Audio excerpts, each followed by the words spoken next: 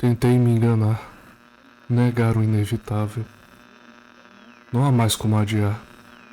Faz alguns dias que sinto isso dentro de mim. O que aconteceu com Marco e os outros nessa terra amaldiçoada. Eu sei que eu sou o próximo. A náusea profunda que se contorce dentro de mim está crescendo. Rápido. Todas as minhas lembranças e arrependimentos ficam cada vez mais pesados. É um fardo pesado demais para suportar. Agora eu entendo porque o Marco sucumbiu à loucura. É realmente um destino pior que a morte. Você está se sentindo horrível. Seu corpo dói como nunca antes. Algo está se movendo dentro de você. Algo primitivo está tentando sair de seu casulo oco. Seu corpo está explodindo pelas rachaduras.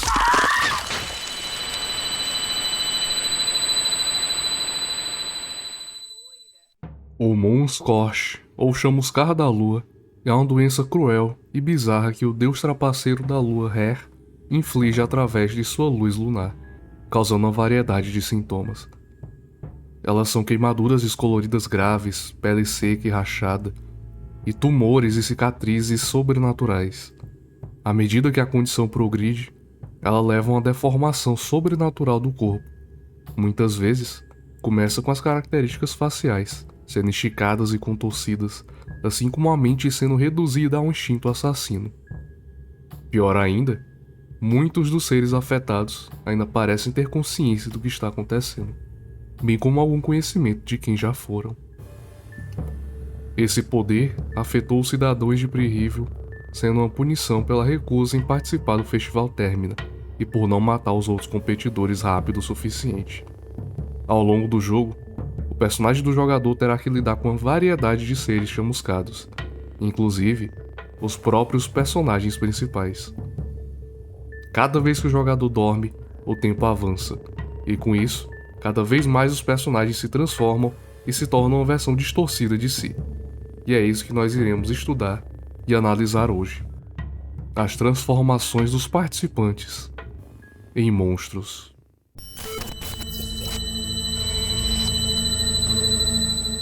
A partir da manhã do primeiro dia, você pode encontrar a Bella no bunker na floresta, onde ela estará lá procurando peças para consertar o trem. Mas caso você entre na mansão do prefeito ou apenas durma em qualquer lugar, ela irá desaparecer no primeiro dia tarde. E quando você entrar no bunker à noite do primeiro dia, isso irá acontecer.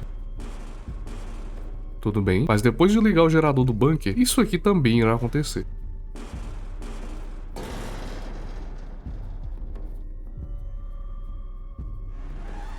E esse é Shaugnar, a forma chamuscada da Bella. Esse ser, que é inspirado em aparência e nome pelo Shaugnar Faun, uma criatura dos mitos Lovecraftianos, inclusive é a criatura da capa do livro de investigador do RPG Call of Cthulhu.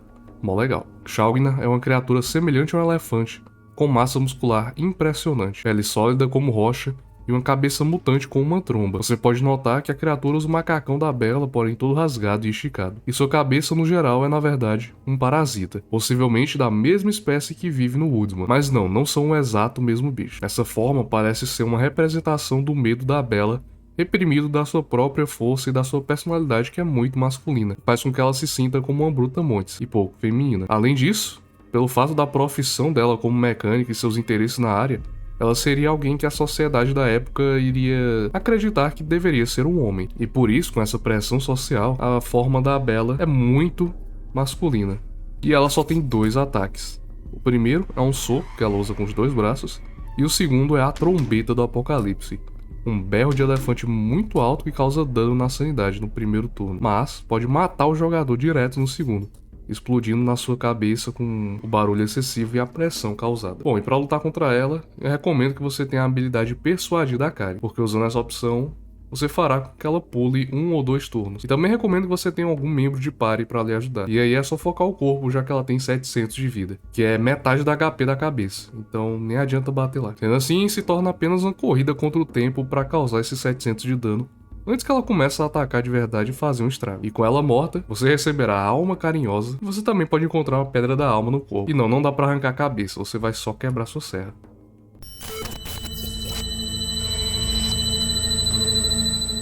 O Henrik é, em ordem cronológica, o primeiro a se transformar, caso você não resgate ele na manhã do primeiro dia. Ou caso você tenha qualquer contato com a Bella. Ele irá se transformar no cavaleiro na tarde do primeiro dia. E quando você entrar na mansão, ele vai estar no segundo andar. O cavaleiro é um ser gigante com bastante massa muscular e uma cabeça similar a um coelho humanoide. Ele se comporta como um cavaleiro mesmo e consegue conversar com o jogador normalmente, sendo um dos poucos chamuscados capazes de dialogar. Ele irá convidar o jogador para jantar e conversará sobre várias iguarias, perguntando a sua opinião. Caso você responda tudo corretamente, ele não irá lhe atacar. Essa transformação reflete os desejos ocultos e reprimidos do Henrik, de concretizar seus desejos refinados, conquistando notoriedade e renome. O Henrik sonha em se tornar uma pessoa importante e tentou várias vezes alcançar a fama. Inclusive, ele começou a cozinhar e se tornou famoso localmente.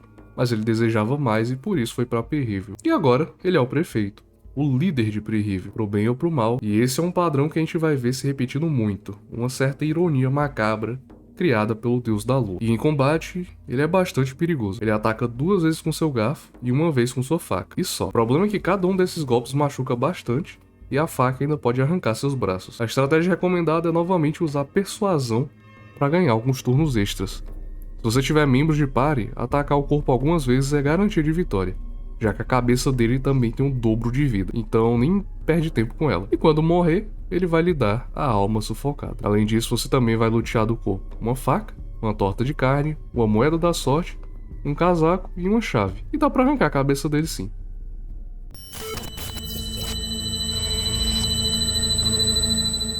A Samari pode ser encontrada na dimensão do Her na igreja de Almer, lá no porão. E se você chegar lá depois da manhã do primeiro dia, a mente dela já vai ter sido consumida o suficiente e uma cutscene irá rolar.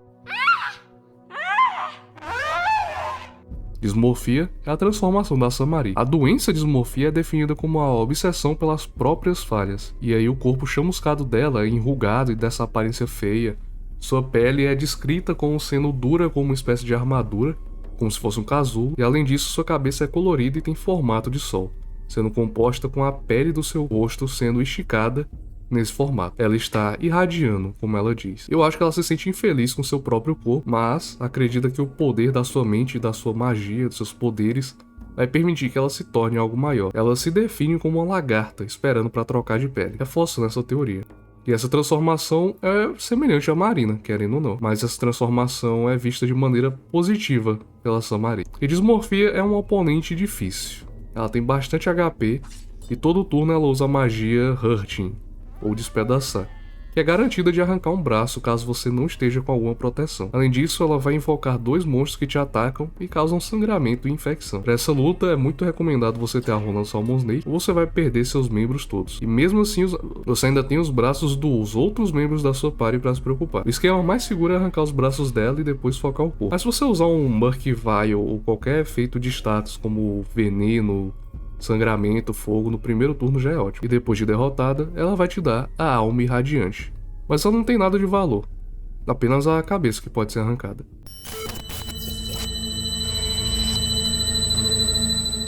Se você salvar o Levi da briga que ele tem com Calígula, mas não recrutar ele, na tarde do dia 2 você pode encontrar a Karen se escondendo de tiros de um monstro. E esse é o Levi. Você pode lutar contra ele aqui ou no orfanato, pra onde ele vai fugir, mas se você encostar nele, você vai entrar em combate. E esse é a Mira Choramingante. Uma criatura humanoide patética, nua e com crescimento monstruoso na forma de um rifle, tomando a sua cabeça e tronco. As mãos desesperadamente tentam arrancá-lo. Ele possui apenas um ataque, uma rajada de disparos que afeta todos os membros da sua party e causa um dano médio, mas boa parte dos turnos não vai fazer nada, apenas chorar. Assim fica claro que ele ainda possui consciência e chora por ter se tornado esse monstro, uma arma ambulante, como ele sempre foi tratado e visto durante a guerra, onde ele lutava em missões suicidas mesmo sendo uma criança. E ele luta tentando se livrar desse destino desde então. E agora, ele luta novamente com esse destino pior que a morte. E eu sei que você deve estar se perguntando, e para responder sua pergunta, não, ele não possui genitais, porque uma arma não precisa, assim como uma arma não precisa de roupas. Sendo assim, essa luta não é muito difícil, já que o objetivo dela é ser mais dramática. E ele vai lhe dar a alma solitária. O corpo dele não possui itens e também não dá pra arrancar a cabeça, mas seria bem legal se desse e você ganhasse um rifle.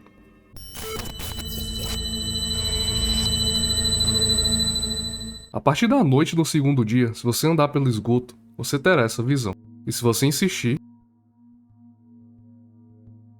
Esse é o Calígula, o monstro. Ele toma a forma de um saco escrotal gigante que converge em um corpo com formato fálico. As várias mãos são usadas de apoio e ele possui uma bocarra com dentes afiados que pode vomitar nos alvos, causando envenenamento e náusea. Essa forma é bem condizente. Ele é um monstro nojento e perverso. Eu nem preciso explicar muito se você já viu meus outros vídeos, mas se você ainda não conhece ou sabe como esse desgraçado é ruim, olha só. Além de matar o Levi, ele também pode matar o Henry, se ele não tivesse transformado ou levado para um restaurante, sendo que essa briga acontece à beira do lago durante a tarde. Não o suficiente, se você jogar Diabella ou Marco e dormir na cama da mansão do prefeito, ele vai aparecer. Se você tiver Diabella, ele vai tentar abusar de você. E aí uma luta vai se iniciar. De Marco, ele vai tentar te intimidar e roubar seu dinheiro. E até mesmo a Karen fala que quase foi atacada por ele, mas conseguiu esquivar e desviar e sair tranquilamente. Mas bem, lutar contra ele pode ser bem fácil ou bem difícil. Ele só tem 2 golpes. Um é o vômito, que causa náusea e envenenamento. E o segundo é Henky Penky, que dá pra traduzir como sacanagem ou sem vergonhice. Esquisito. Ele ataca uma vez pra cada mão que ele ainda tiver intacta. No total são 6 mãos e elas não têm muita vida. Seu tronco tem 2.500, e o que pode ser muito, mas sinceramente você pode simplesmente usar um estilhaço de vidro pra cegar, e aí seus golpes quase todos vão errar. Então fazendo isso fica muito tranquilo de lutar sem precisar focar as mãos. É recomendado pelo menos 2 membros de party pra caso alguma situação ficar apertada, e quando você mata ele, você vai conseguir a alma decrépita. E ele não tem nenhum item, nem dá pra arrancar a cabeça dessa porra. É um merda mesmo, né?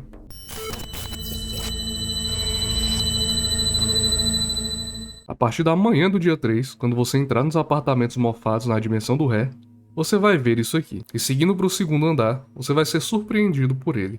O Gigante. Ele aparece como uma criatura brutamontes furiosa que não consegue raciocinar devido à sua raiva extrema. Sua forma é distorcida, com seu corpo sendo formado com esse tecido de tumores endurecidos que mal dá pra entender o que é, com várias bocas que dizem estar se alimentando da sua própria raiva. Seus membros parecem sacos de pancada costurados, segurando um corpo que até parece ser parte da sua transformação. Isso reflete a culpa que o Marco sente pelo seu tempo servindo à máfia e ao eventual assassinato que ele cometeu, mas também por ter colocado sua irmã em risco. E no fim das contas, esse seu medo de ser visto apenas como um brutamontes violento e corrompido se manifestou dessa forma. Em combate, o Gigante é um inimigo muito perigoso. Ele consegue arremessar esse corpo no jogador, que causa bastante dano, e com a outra mão ele usa um golpe de esmagamento. E seus golpes podem causar ossos quebrados, que é muito chato nesse jogo, porque além de diminuir sua vida em 20 pontos no total máximo, ele ainda te deixa com menos defesa e menos ataque. Então é horrível pra você ficar com isso. E só tem como curar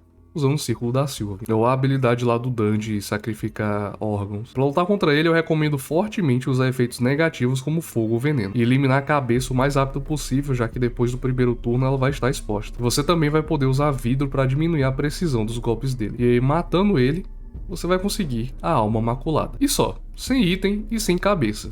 Se você tentar, vai só quebrar sua serra.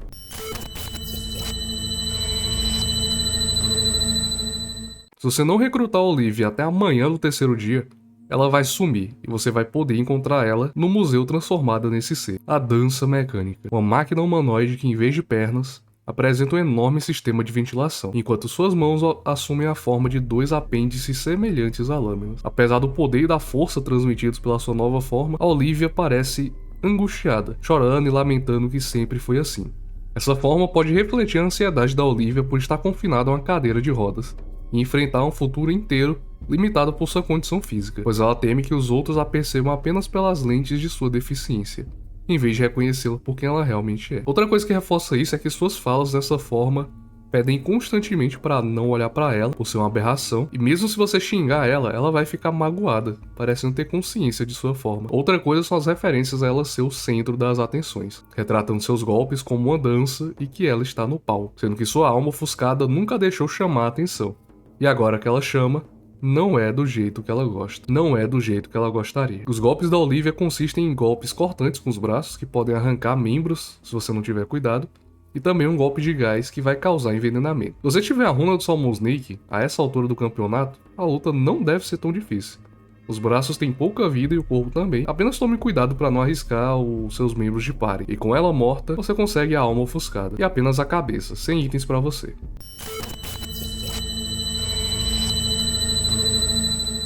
Se não for recrutado até amanhã do 3º dia, o Dan também irá se transformar no próprio Pocket Cat. Isso mesmo. o Pocket Cat irá possuir o Dan. Desde pequeno, o Dan afirma ser perseguido por esse ser.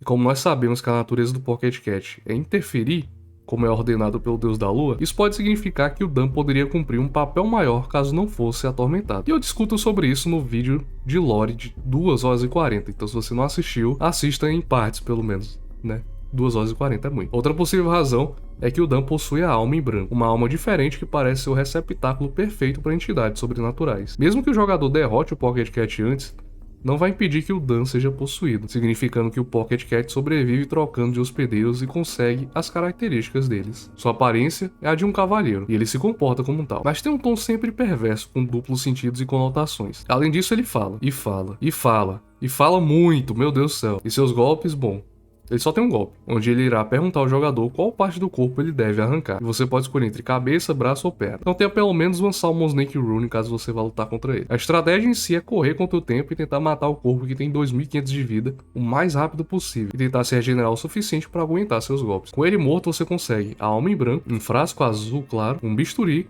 e um casaco de couro. E uma cabeça que você pode arrancar.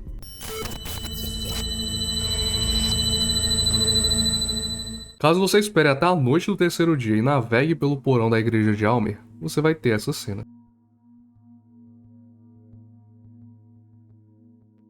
Esse é o casulo, uma criatura monstruosa com vários braços, com sua cabeça onde as suas genitais deveriam estar e um casulo em formato fálico no lugar da cabeça, com uma coleira ligando o pescoço ao casulo. Além disso, a Marina parece ser a cabeça de baixo, enquanto o casulo é uma personalidade que dá ordens a ela. Essa transformação representa o fato da Marina ter nascido como menino, mas sua mãe a criou como uma menina para evitar a vida árdua e mortal de um sacerdote masculino. É claro que a Marina tem problemas com sua identidade pessoal, com medo de que ser homem ou mulher possa ser mais importante do que qualquer outra coisa sobre si mesma, sendo usada apenas como uma ferramenta para seus pais e nunca tenha sido ela mesma. E por isso ela se questiona se essa escolha foi realmente feita por ela. Sendo assim, o casulo poderia representar a personalidade verdadeira, tomando a forma das suas inseguranças, medos e raivas. E por isso, o casulo a manda matar você. E em combate, no primeiro turno ela vai usar Engrave para desenhar o símbolo de um deus no casulo, e as magias que ela vai usar dependem de um símbolo. Ela também vai usar magia de cura e alguns golpes leves. Se o Engrave for no símbolo de Grogoroth, cuidado, pois você pode perder membros. De resto, é bem tranquilo. É muito bom você usar efeitos negativos e focar o torso, já que é a parte principal do corpo, pois se você matar o casulo, a luta não vai acabar, e se você matar a cabeça, a luta também não vai acabar. E com ela derrotada, você pega a alma metamórfica e pode arrancar a cabeça. E é só isso mesmo.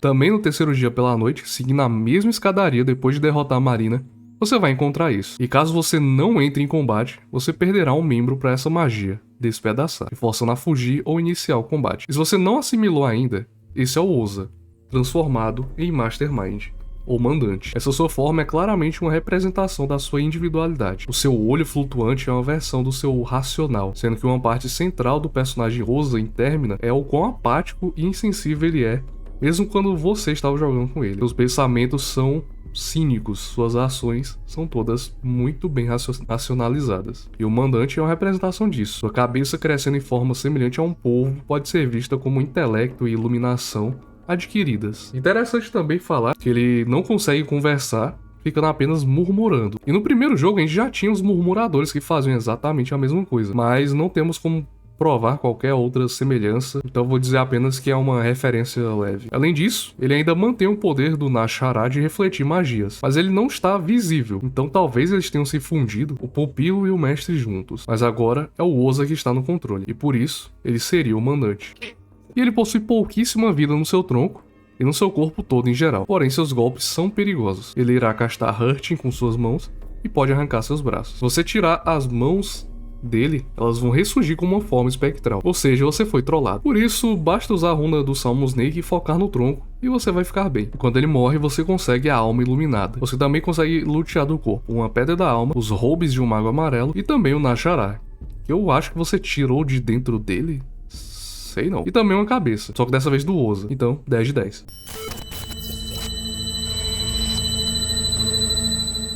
No museu, na noite do dia 3, você pode encontrar esse ser, que se chama Julgamento. Esse ser, usando um terno rasgado, possui a pele perfurada por vários grandes cacos de vidro. Ele tem um dispositivo semelhante a um moedor de carne que estica seu pescoço à força. O julgamento comenta que quebrou o teto de vidro que antes o impedia e que o trabalho nunca pode parar. E isso parece se referir ao fato do Tanaka parecer sempre sentir a necessidade de viver de acordo com os padrões de sua família, trabalhando e se esforçando sem parar, condicionado a pensar que essa forma de sofrimento, sendo mais leve ou mais pesada, são necessárias para chegar ao topo, já que ele não poderia também mostrar fraqueza que o trabalho dele para sua família era a coisa mais importante da sua vida.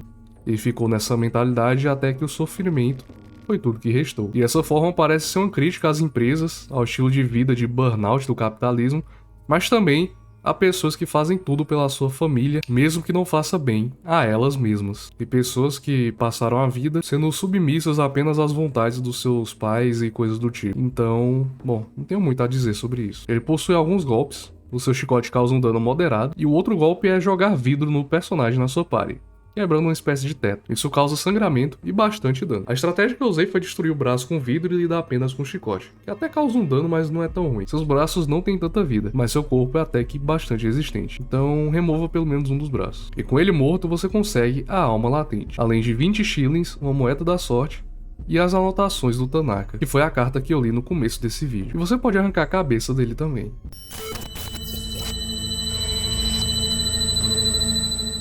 E por fim, na noite do terceiro dia, pegando um barco próximo à Vila dos Pescadores, você irá chegar nessa ilha e aqui isso acontecerá.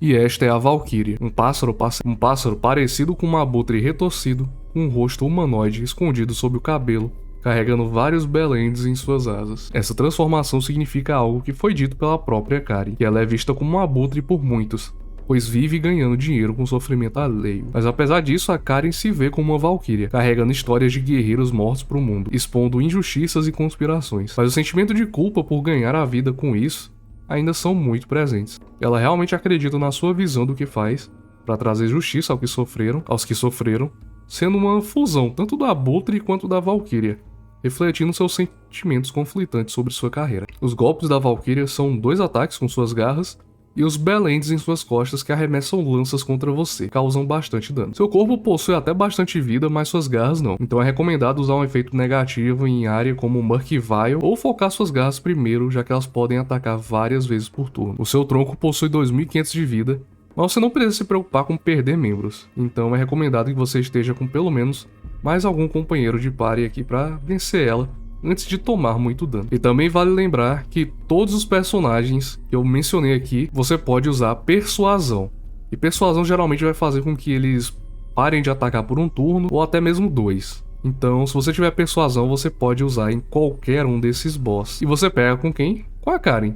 Então, estou mencionando isso agora. Bom, e esses foram todos os participantes transformados. Nem o August, nem o Pav têm transformações, pois eles sempre estarão mortos antes de se transformarem. Mas de toda forma, os 12 participantes que nós temos estão aqui. E com isso, é hora de encerrar essa jornada. Muito obrigado se você acompanhou até aqui. Deixe seu like, se inscreva. O canal tem crescido muito ultimamente e é tudo graças a vocês. Então, muito obrigado e nos vemos no próximo vídeo. E falou!